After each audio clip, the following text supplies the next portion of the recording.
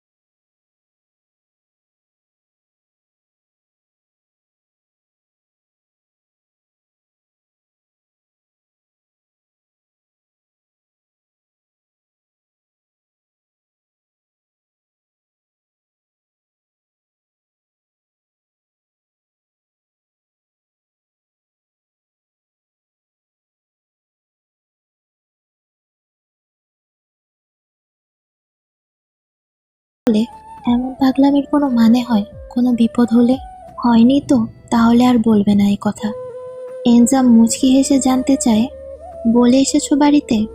প্রীতিকে বলেছি শুধু, বাকিদের বলিনি।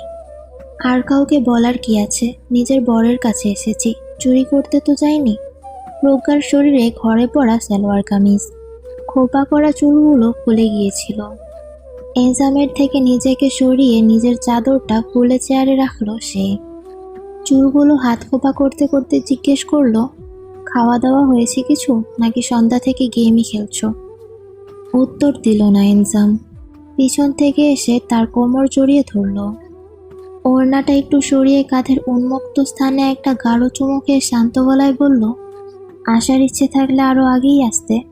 এই রাতের বেলায় এটা কোনো সময় হলো আসার? তোমার আম্মাজান শুনলে তো বলবে আমি ডেকে এনেছি। প্রজ্ঞা স্থির অবস্থায় তার গালে একটা হাত রেখে বলে, ভালো লাগছিল না আমার।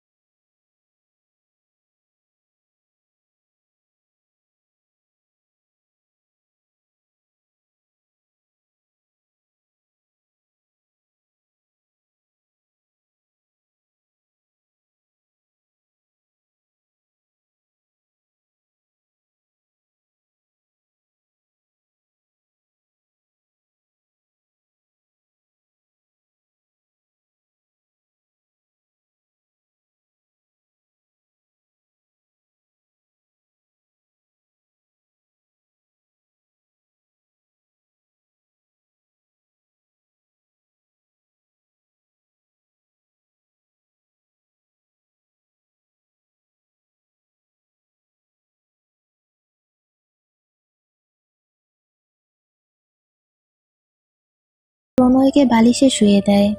বিছানায় পা ঝুলিয়ে বসে বলে, তোমাকে একদম পাক্কা গৃহিণী।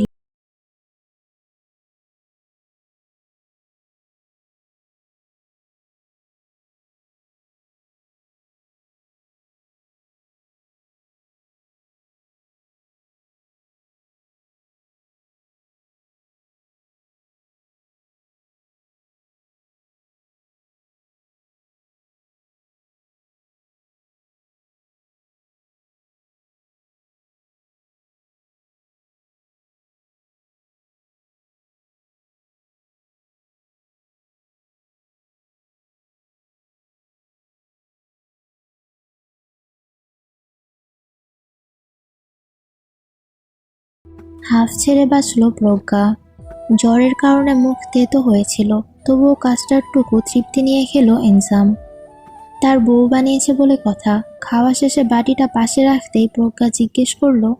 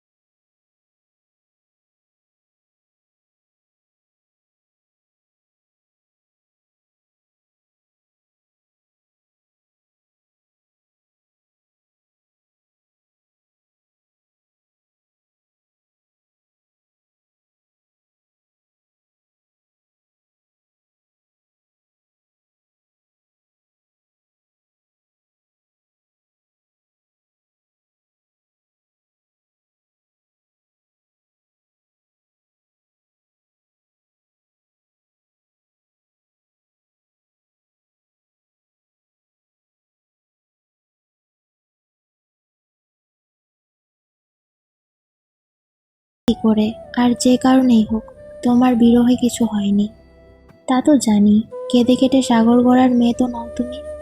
প্রজ্ঞার শরীরটা শীতে কাঁপছিল তখনও, দাঁত কপাটি লেগে আসছিল।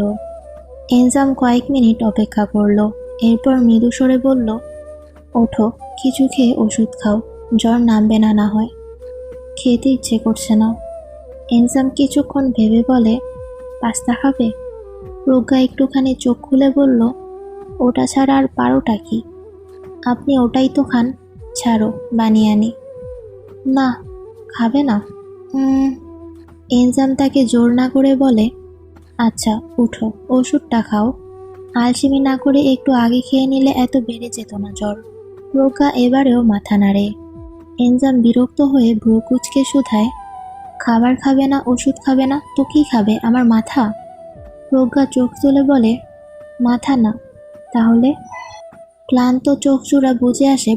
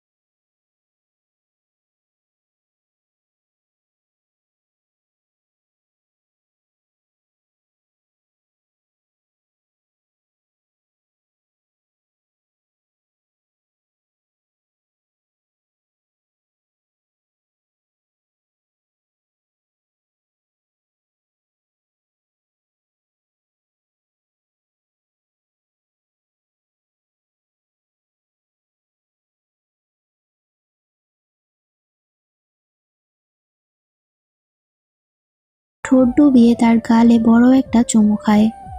এনজাম এবারেও তাকে সরিয়ে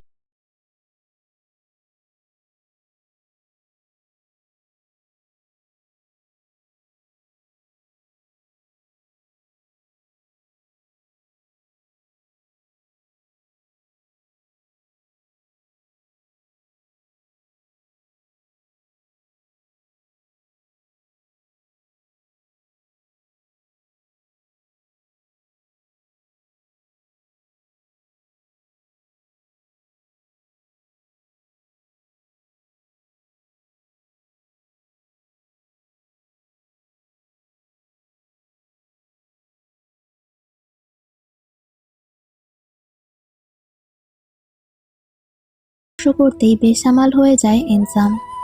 প্রিয়সীকে বিছানায় শুইয়ে দিয়ে ঝুঁকে এলো তার দিকে। দুজনের দৃষ্টি এক হতেই ঠোঁট ডুবিয়ে দিল তার ঠোঁটের মাঝে। প্রজ্ঞার এহেন সম্মোহীন রূপ, তার উষ্ণ শরীরের প্রতি স্পর্শে নিজেকে বড্ড দিশেহারা মনে হলো। ধীরে ধীরে সরে এসে তার গলা এবং কাঁধের ভাঁজে বার কয়েক ঠোঁট ছোঁয়ালো। ঘন ঘন শ্বাস ছেড়ে তবুও একবার ফিসফিসিয়ে বলল, ইউ আর সিক সোনা। প্রজ্ঞা হাতের মুঠোয় চেপে ধরল তার চুলগুলো। বন্ধ চোখের পাশ থেকে দুফোঁটা অশ্রু গড়িয়ে পড়তে ক্ষীণ সুরে বলল, wanna be seeker, just for you. তার কথার প্রেক্ষিতে হার মানল যুবকটি। ঔষধ নেওয়ার ফলে ধীরে ধীরে তাপ কমে এলো প্রজ্ঞার। সেই সাথে বৃদ্ধি পেল তার বরের কর্তৃক পাওয়া স্পর্শের মাত্রা। 90 দিনের শর্ত তাদের সম্পূর্ণরূপে ভেঙেই গেল, কেবল 9 দিনের মাঝে। আসসালামু আলাইকুম এভরিওয়ান, কেমন লাগছে গল্পটা অবশ্যই কমেন্টে জানাবেন এবং ভালো লাগলে লাইক, সাবস্ক্রাইব, ফলো করে পাশেই থাকবেন। দেখা হচ্ছে পরবর্তী পর্বে। আল্লাহ হাফেজ।